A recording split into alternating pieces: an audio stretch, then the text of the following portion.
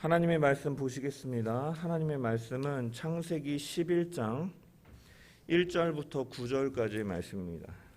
창세기 11장 1절부터 9절까지의 말씀입니다. 다 찾으신 줄 알고 하나님의 말씀을 제가 봉독합니다. 온 땅의 언어가 하나요, 말이 하나였더라.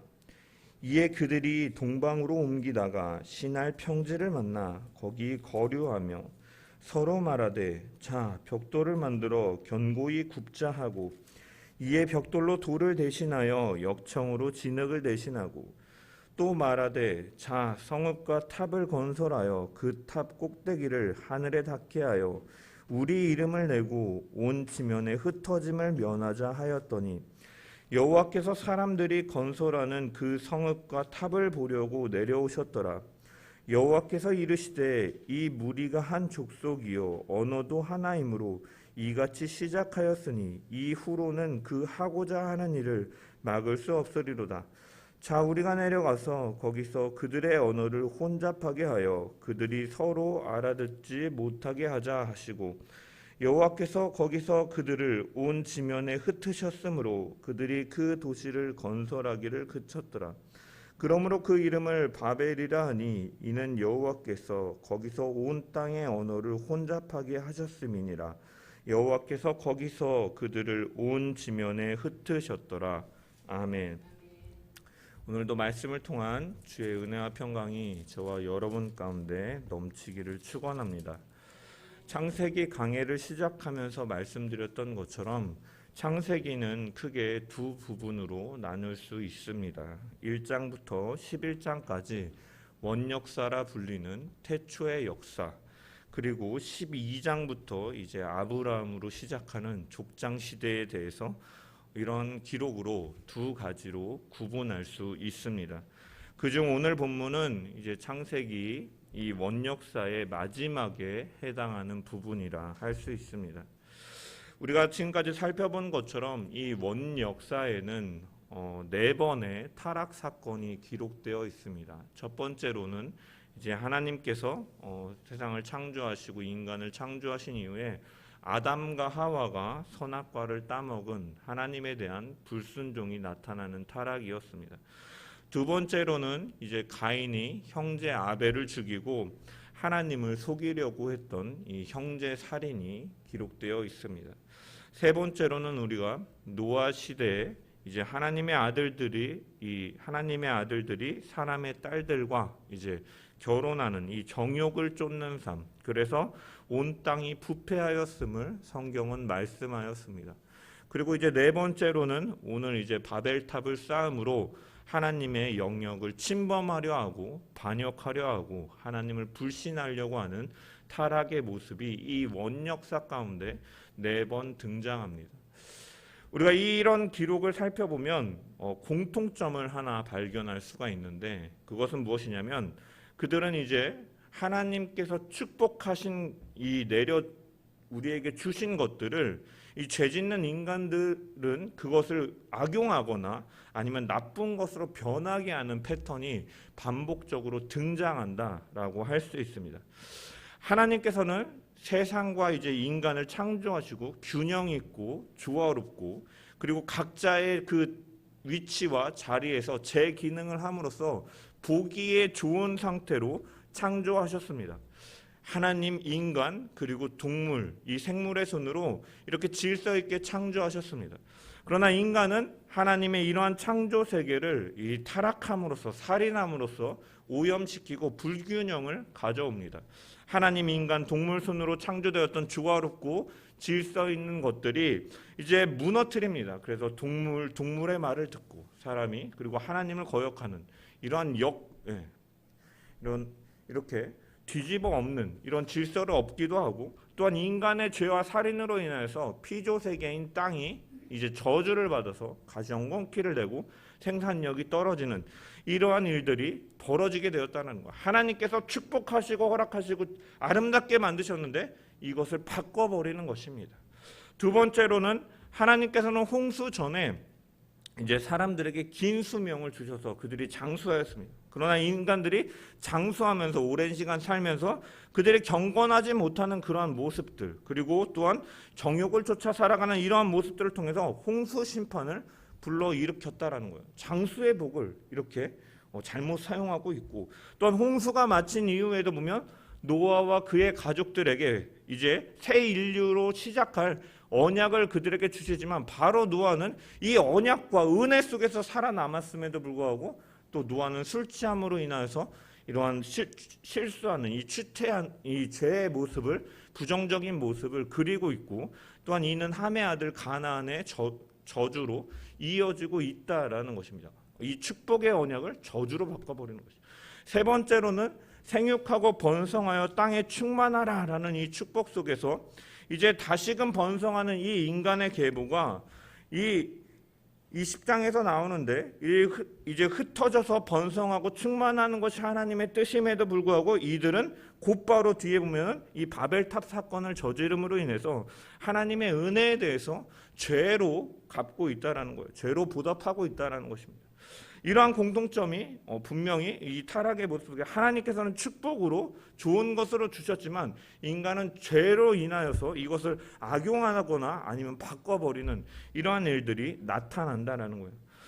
이러한 공통점 외에 또한 죄와 타락의 심도는 점점 더 깊어져 감을 우리가 볼 수가 있습니다. 아담과 하와가 선악과를 따먹으면서 죄를 범하고 타락했을 때 그들은 부끄러움을 느꼈습니다. 하나님의 명령을 어기고 선악과를 따먹은 사실, 그리고 자신들이 벌거벗은 것으로 인해서 부끄러워하고 나무 뒤에 숨는 이러한 일들을 가졌다라는 거예요. 그래서 하나님의 낯을 피해서 그들이 숨었다라고 성경은 기록하고 있습니다. 그들은 죄를 지었기에 하나님을 두려워하고 부끄러워하였다라는 것입니다. 인간이 죄를 짓고 부끄러움을 느낀다라는 것은 그나마 그것은 희망이 있다라고 할 수가 있습니다. 왜? 부끄러움을 안다는 것은 자신이 잘못한다는 것을 인지하고 있기 때문이고, 잘못을 하고 있다라고 아는 사람은 회개하고 돌이킬 수 있는 기회가 있기 때문입니다. 그런데 이것을 알지 못하면 더 심한 문제라고 할 수가 있는 것이죠. 그런데 두 번째 타락인 이 가인의 경우에는 그가 타락하였을 때 전혀 부끄러움을 느끼지 못합니다. 하나님을 속이고 형제를 죽였음에도 불구하고 가인은 오히려 당당한 태도를 보인다는 거예요. 그래서 하나님께서 내 아우 아벨이 어디 있느냐 하셨을 때 뭐라고 말합니까? 하나님, 제가 동생 아벨을 지키는 자입니까? 오히려 하나님께 따지고 반문하는 모습을 보입니다. 여러분, 이처럼 거짓을 행하고 사람을 죽여도 부끄러움을 느끼지 못하는 지경에 이르는 것을 보이고 있다라는 것이죠. 가인의 족보에서 라멕과 같은 경우에는 살인한 것을 자랑하는, 카레 노래라 부르면서 자랑하는 그러한 일들도 보여주기도 했다라는 것입니다. 노아 홍수 심판 이전의 사람들의 타락은 더 심해졌다라는 것이죠. 부끄러움을 느끼지 못할 정도가 아니라 스스로 이러한 죄악된 일들을 적극적으로 행한다라는 거예요. 하나님의 아들들이 사람의 딸들을 보고 그들이 취하였다, 스스로 적극적으로 이러한 이 죄와 이 타락의 모습 속으로 걸어가고 있다라는 것을, 적극적으로 그 일들을 자행하고 있다라는 것을 성경은 보여주고 있다라는 것입니다. 그리고 마지막으로 오늘 본문에 나오는 이 바벨탑 사건인데, 바벨탑을 쌓는 일은 하나님의 영역을 침범하는 일입니다. 그리고 하나님을 불신하고 하나님에 대해서 반역하는 타락이다라고 정의할 수가 있습니다. 그동안의 타락은 어떻게 보면 그래도 이 사람과의 관계 속에서 벌어지는 타락이었다면, 파생되는 것이었다면, 이제 바벨탑은 하나님을 직접적으로 의심하고 불신하면서 그 영역을 침범하려 하는, 적극적으로 정말로 대놓고 하나님의 위치에 자신을 두려고 하는 그러한 죄의 모습이 이 본문의 바벨탑에 나타난다라는 것입니다. 그래서 이 인류의 죄가 점차 심화되고 점점 더 커져만 가는 것을 사실은 이 원역사의 이 역사를 통해서 우리는 발견할 수가 있다는 거예요. 여러분, 바벨탑을 쌓는 사람들은 아무 이유 없이 그저 높은 탑을 쌓으려고 하지 않았습니다. 우리가 살펴본 것처럼 이 노아 시대에 하나님께서는 세상 사람 모두가 부패함을 통하여서 하나님은 한탄하시고 모든 것을 홍수로 깨끗이 쓸어버리셨습니다.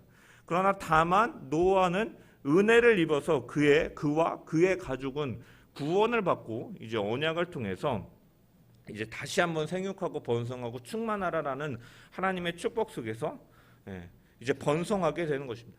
심판 후에 세월이 흘러서 이 지상에는 노아의 후손들로 다시금 많아지기 시작했습니다. 그리고 여러 가지 기술들이 다시금 발달하고 그들은 이런 발달한 자신의 문명으로 탑을 쌓기 시작하였다라는 것입니다. 여러분, 이들은 왜 갑자기 탑을 쌓으려고 했을까요? 높은 탑을 쌓으려던 그들의 내면을 어떤 성경학자는 이제 하나님의 약속에 대해서 불신하는 마음이 그들 가운데 있었기 때문이다라고 정의하였습니다. 이 노아와 그의 후손들은 이 땅에 하나님의 홍수 심판이 있었음을 경험한 자들이고 또 경험을 들은 자들이다라는 거예요. 따라서 그들에게는 트라우마처럼 이 두려운 마음이 내면에 있었다라는 것이에요. 다시 홍수가 나면 어떡하지? 다시 이 땅에 물로 가득 차면 어떡하지? 그래, 홍수가 나더라도 끄떡없는 성을 쌓으면 그 위기를 극복할 수 있어라는 생각이 그들 가운데 있었다라는 것입니다. 이런 마음은 하나님에 대한 불신에서 비롯된 것입니다. 여러분, 하나님께서는 홍수를 심판하신 후에 분명히 물로 다시는 이 땅을 심판하지 않으실 것이다 라고 약속하시고 무지개를 구름 속에 두시면서 그것을 볼 때마다 내가 기억하겠다라고 말씀을 하셨습니다. 그 증표로 무지개를 주셨지만 그들은 하나님의 이 언약을 믿지 못하였던 것입니다. 그래서 구름 위에 하늘에 닿는 탑을 쌓으려고 하였던 것입니다. 아마 그들은 이렇게 생각했던 것 같습니다. 비는 구름에서 오니까 구름 위까지 하늘 끝까지 쌓으면 설사 다시 홍수가 나더라도 하나님의 심판 앞에도 끄떡없이 안정을 의지하며 평화롭게 살아갈 수 있을 거다라는 의미가 이 탑을 쌓는 그들의 동기 가운데, 마음 가운데 있었다라는 것이에요. 결국은 이 바벨탑에는 우리 마음대로 살고 더 이상 하나님의 심판도 받지 않겠다라는 의지까지도 담겨 있는 것입니다. 심판은 죄에 대한 심판인데 이제 우리가 마음대로 살면서 하나님께서 심판하실지라도 그거에 영향받지 않겠다라는 그러한 적극적인 의지가 담겨 있는 것이죠. 그래서 사실은 이것은 하나님에 대한 불신이고 굉장한 반역의 죄다라고 우리는 볼 수가 있는 것입니다. 창세기 기자는 이 시작을 알리면서 그들은 하나가 되어 이 일을 벌였다라고 기술하고 있습니다. 우리 1절의 말씀을 다시 한번 읽어보겠습니다. 시작. 아멘. 바벨탑의 이야기는 사람들이 같은 언어를 사용하고 있었다라는 말로 시작하고 있습니다. 여기 이 온 땅의 언어가 하나요. 이 문장을 히브리어로 살펴보면 온 땅에 콜 하레츠라고 되어 있는데 이 콜이라는 것은 하나도 빠짐없는 모든 것을 가리키는 상태가 이 콜이라는 단어예요. 그리고 하는 정관사 그리고 아레츠, 에레츠 이 땅, 세계라는 의미를 가지고 있는 단어입니다. 그래서 이 온 땅에라는 말은 어떤 특정한 지역이나 어떠한 일부분에 살고 있는 주민들만을 가리키는 것이 아니라 온 세상 혹은 지구상에 사는 전 인류를 가리키는 말이다라고 할 수가 있는 것입니다.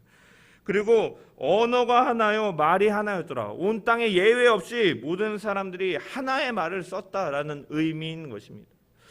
여러분, 현대 언어학자들이 이 언어에 대한 연구를 한 결과를 보면 언어는 단순히 이러한 의사 전달의 수단일 뿐만이 아니라 사고의 방식과 그 사고의 내용까지도 규정하는 그 특징을 가지는 인간들만의 고유한 문화 양식이다라고 그들이 언어를 정의합니다.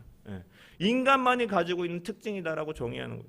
또한 언어라는 것은 분석이나 연습, 훈련을 통해서 주어지는 것이 아니라 직관적으로 습득되는 것이다라고 그들은 정의하였습니다. 무슨 말이냐면 결국 이러한 것들을 이들의 연구 결과를 종합해서 정의하면 언어라는 것은요, 결국은 인간이 의도적으로 처음에 어떻게 만들고 훈련하고 그들이 조합해서 만들어낸 것이 아니라 근본적으로 부여받은 것을 의미한다는 것, 직관적으로 학습된다는 것은 처음에 누군가 그들에게 주셨음을 의미하는 것이죠. 그래서 본문의 언어가 하나라는 것은 사실은 하나님께서 창조하실 때 주어진 그 말이, 인간의 말이 계속해서 전승되어 왔음을 보여주는 것입니다. 사실 하나의 언어. 여러분, 그래서 여기 창세기 11장 1절에 온 땅에 언어가 하나요 말이 하나였더라. 이 언어가 하나였다라는 것 자체는 사실은 부정적인 것이 아니에요. 하나님께서 주셨기 때문에. 그리고 온 땅에 언어가 하나였다라는 것은 그만큼 소통이 잘 되고 하나가 될 수 있는 축복이었다라는 것이에요. 하나님의 축복이었다라는 것. 여러분, 오늘날 의사소통의 그 부재로 인해서 벌어지는 오해나 범죄들이 얼마나 많이 일어납니까? 말이 다르고 남자와 여자의 언어가 다르고 또 직접적인 말이 아니라 이런 문자 메시지를 통해서 오해가 오해를 불러일으키고 막 범죄가 일어나고 이런 모습들을 보면은 여러분, 사실은 인간이 하나의 언어됨을 가졌다라는 것은 사실은 하나님의 축복이었다라는 것이에요. 그런데 이 하나됨의 언어를 가지고 그들이 하나님을 한 언어로 같이 예배하고 같이 찬양하고 경배했다면 그것은 굉장히 아름다웠을 것이에요. 그러나 이 죄악된 모습에서 발견되는 것처럼 그들은 이 하나님의 축복을 악용해서 하나님을 거역하는 모습을 보이고 있다라는 것이죠. 그래서 그 사람들은 이제 이동하다가 신할 땅에 정착하였다라고 2절에 기록되어 있습니다. 이에 그들이 동방으로 옮기다가 신할 평지를 만나 거기 거류하며, 여러분, 이들은 신할 땅에 정착하기 전에 동쪽으로 가고 있었다라고 창세기 기자는 언급을 합니다. 창세기 안에서 동쪽으로 간다라는 의미는요, 긍정적인 의미가 아닙니다. 창세기에서 동쪽은 어떠한 의미를 가지고 있냐면 분리된 자들, 아니면 쫓겨난 자들이 가는 방향이고, 죄를 짓고 쫓겨나거나 혹은 죄를 저지르기 위해 가는 방향을 의미하기 때문입니다. 여러분, 이거를 창세기에만 등장하는 이런 개념으로 생각하시면 돼요. 사실은 오늘날에도 동쪽으로 가면 죄를 지으러 가는 것이다, 뭐 죄를 지은 자들, 쫓겨난 자들이 가는 것이다라고 문자적으로 해석을 하면 안 됩니다. 어쨌든 창세기 안에서는 그러한 의미가 있다라는 거예요. 그래서 창세기 3장을 보면 아담과 하와가 범죄한 이후에 그들은 에덴 동쪽으로 쫓겨나게 됩니다. 그래서 하나님께서는 아담과 하와를 에덴 동산에서 쫓겨내신 이후에 3장 24절에 보면 이렇게 기록되어 있어요. 이같이 하나님이 사람을 쫓아내시고 에덴 동산 동쪽에 그룹들과 두루 도는 불칼을 두어 생명나무의 길을 지키게 하시니라 라고 기록되어 있어요. 동편을 지키게 하셨다라는 것은 동쪽으로 쫓아내시고 지키고 계셨다라는 것이죠. 그래서 아담과 하와는 동쪽으로 쫓겨났다는 것, 죄를 범한 이유로 하나님과 분리되어서 동쪽으로 쫓겨났다는 의미를 가지고 있습니다. 가인이 아벨을 살해한 이후에도 그는 에덴 동쪽 노 땅에 거주하였다라고 성경은 기록하고 있습니다. 4장 16절에 보면 그는 아벨을 살해하고 어디로 갑니까? 동쪽으로 향하고 있다라는 거예요. 훗날 롯이 아브라함과 헤어질 때도 보면 동쪽으로 가서 소돔과 고모라 땅에 정착했다라고 성경은 기록하고 있습니다. 그곳에서 이제 살다가 그가 전쟁의 포로로 끌려가서 아브라함이 다시 그를 구출하여 낸 이후로 자유를 되찾았지만 그는 다시 그곳으로 가서 살다가 모든 것을 잃어버리고 떠나고 말게 되는 것입니다. 이처럼 창세기에서의 동쪽은 이 죄 혹은 죄의 대가와 연결되는 의미다라는 것입니다.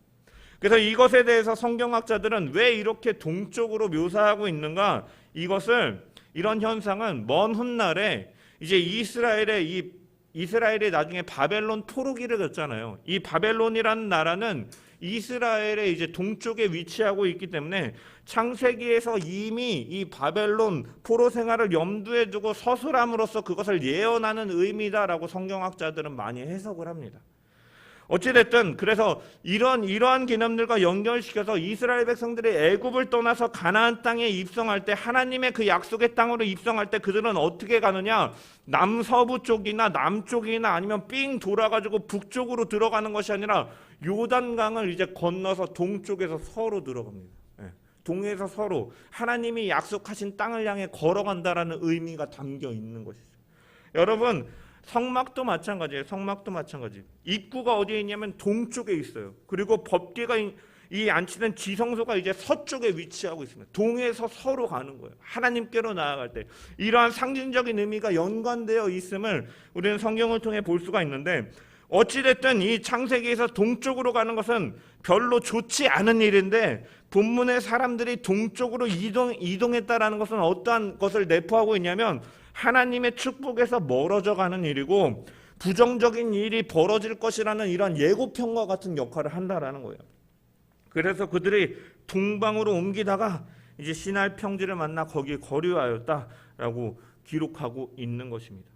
그들은 이제 시날 평지에 거류해서 탑을 쌓기로 합니다. 3절에서 4절의 말씀을 한번 읽어보겠습니다. 시작.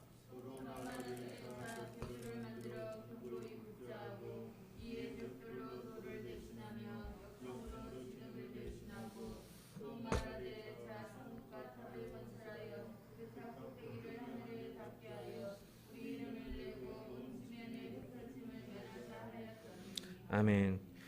여러분, 탑을 짓기 위해서는 처음에 뭐가 필요합니까? 돌이 필요합니다. 그래서 그들이 먼저 벽돌을 만들자라고 이렇게 이 벽돌을 만들기를 먼저 시작하였음을 창세기 기자는 기술하고 있습니다.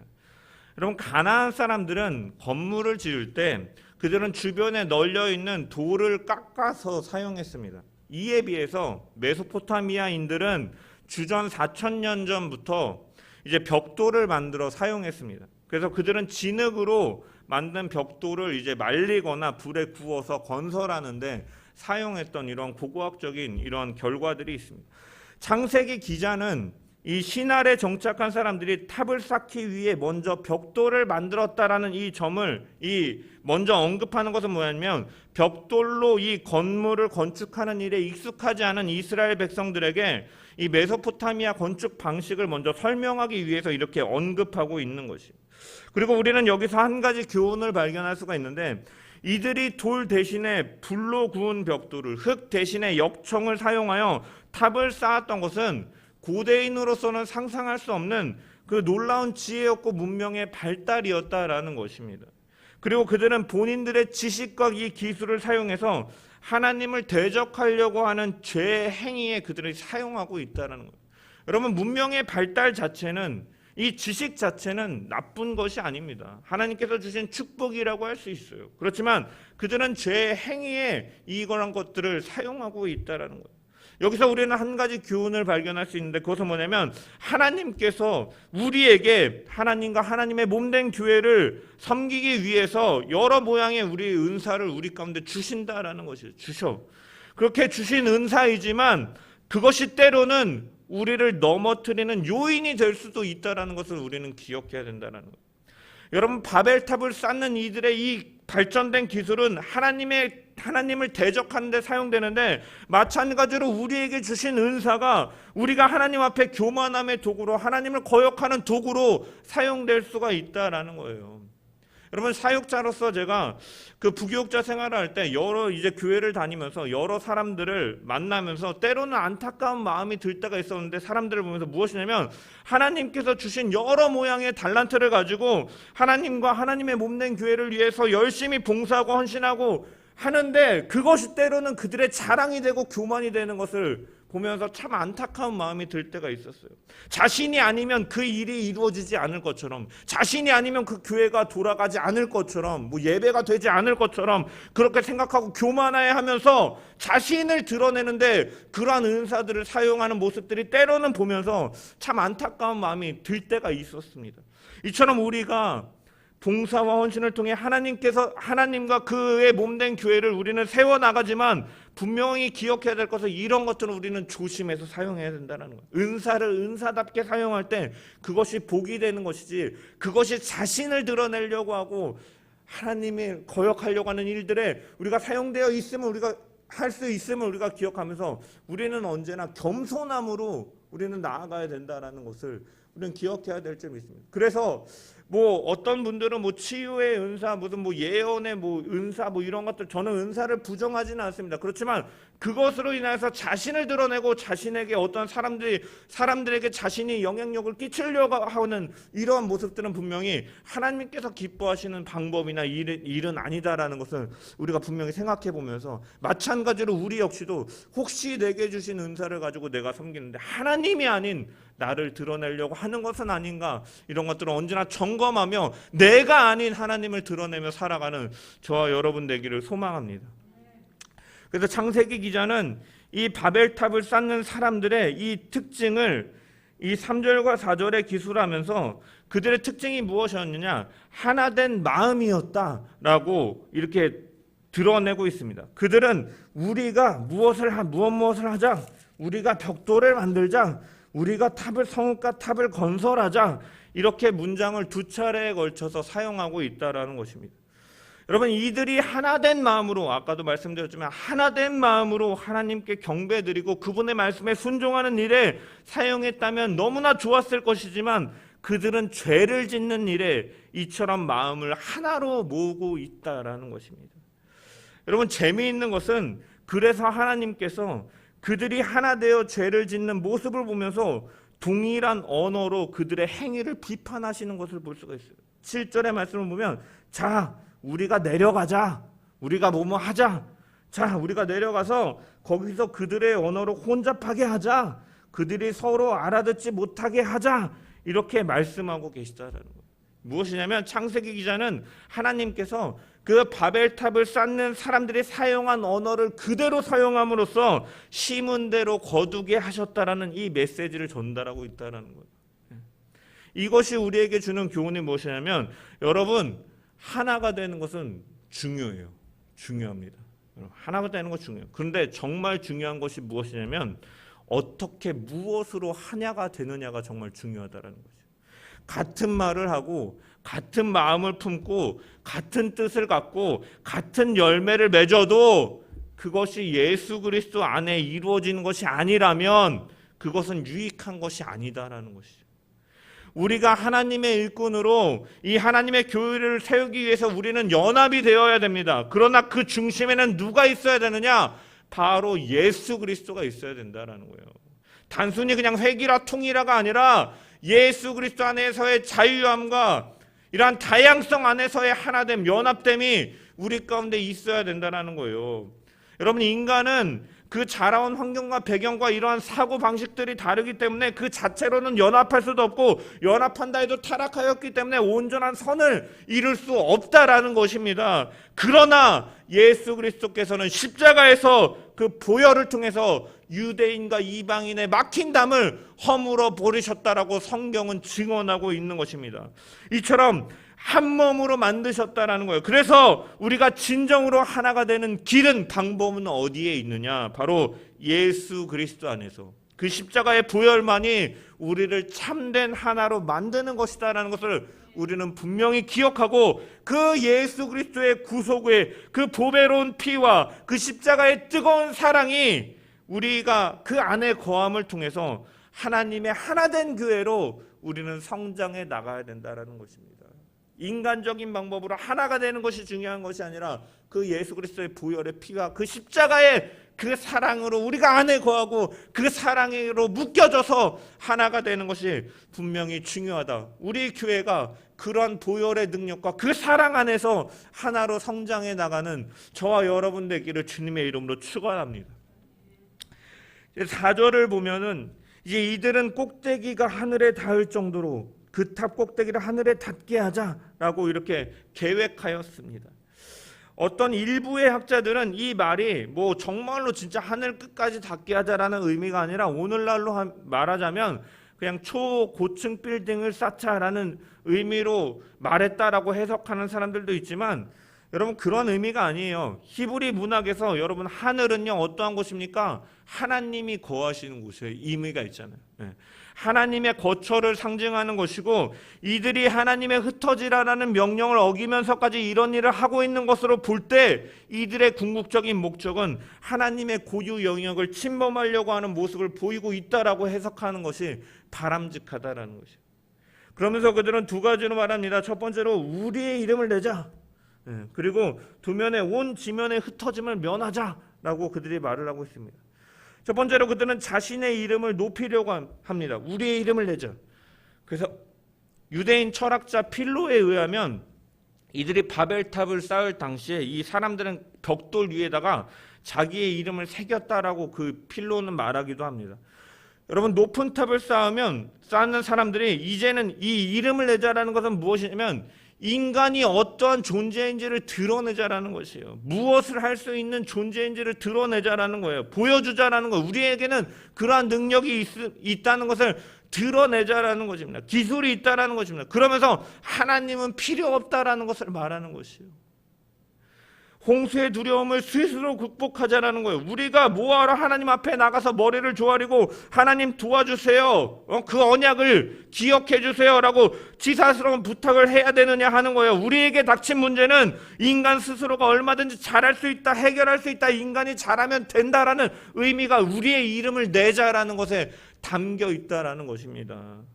그러나 성경은 인간에 대해서 하나님의 은혜가 아니고서는 단 한순간도 살 수 없는 연약한 피조물임을 분명히 드러내고 있고 강조하고 있지만, 인간의 교만은, 죄악은 그것을 부정하는 그러한 모습이 나타난다는 것이죠. 오늘날도 마찬가지죠.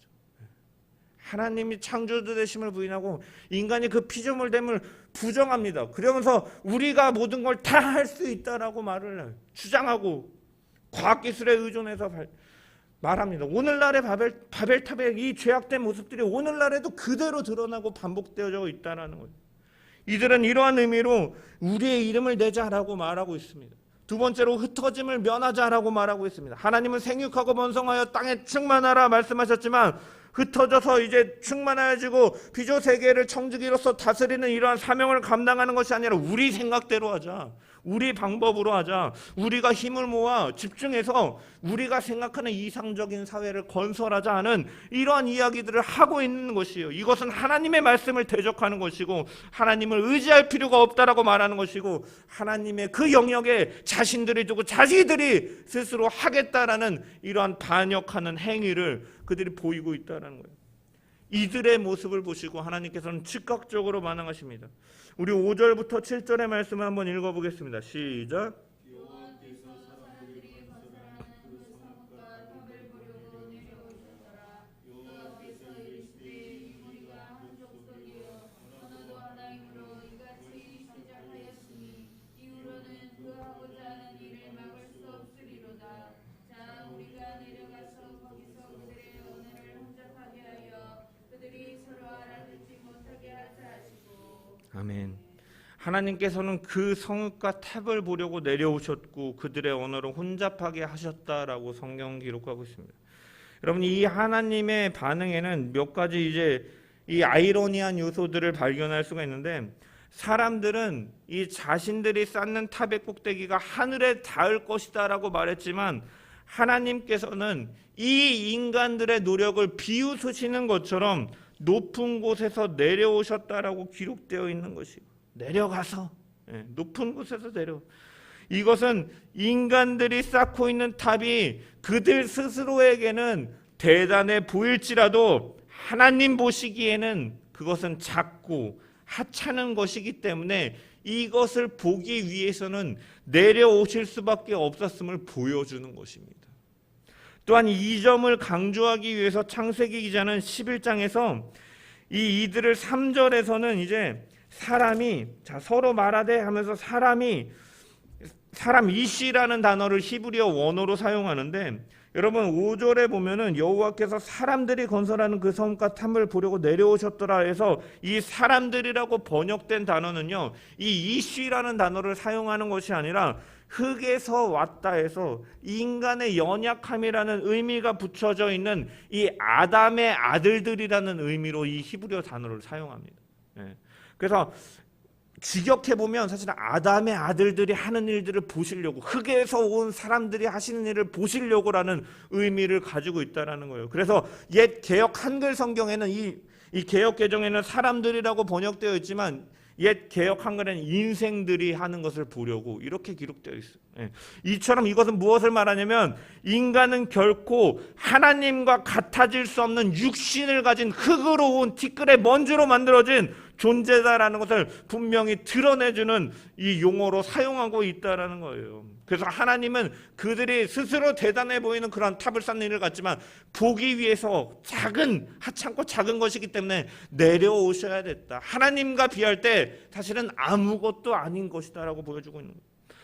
여러분, 우리는 하나님의 피조물로서 자신의 본분을 벗어나 하나님과 같이 되려고 하거나 하나님의 자리에 하려고 하는 이러한 교만한 모습들, 이것은 죄다라는 것이에요. 진정으로 창조주 하나님을 아는 자들은 창조주 하나님 앞에 그분은 너무나 위대하시고 광대하시고 모든 것을 통치하시고 발 아래 두시는 분이고, 우리는 그분을 비교할 때 우리는 비교조차 될 수 없는, 어떻게 보면 정말로 비천한 자다라는 고백하는 것, 하나님을 하나님으로 인정하고 그 하나님 앞에 나는 피조물로서 인정하고 그분을 겸손하게 높이고 영광을 돌리고 인정하는 것이 우리에게 맞는 자격이고 하나님께서 우리에게 원하시고 기대하시는 모습이다라는 것이에요. 그렇지만 사람들은 죄악됨 속에서 이러한 것을 잃어버리고 자꾸 하나님의 자리에 자신을 두려고 한다라는 것입니다.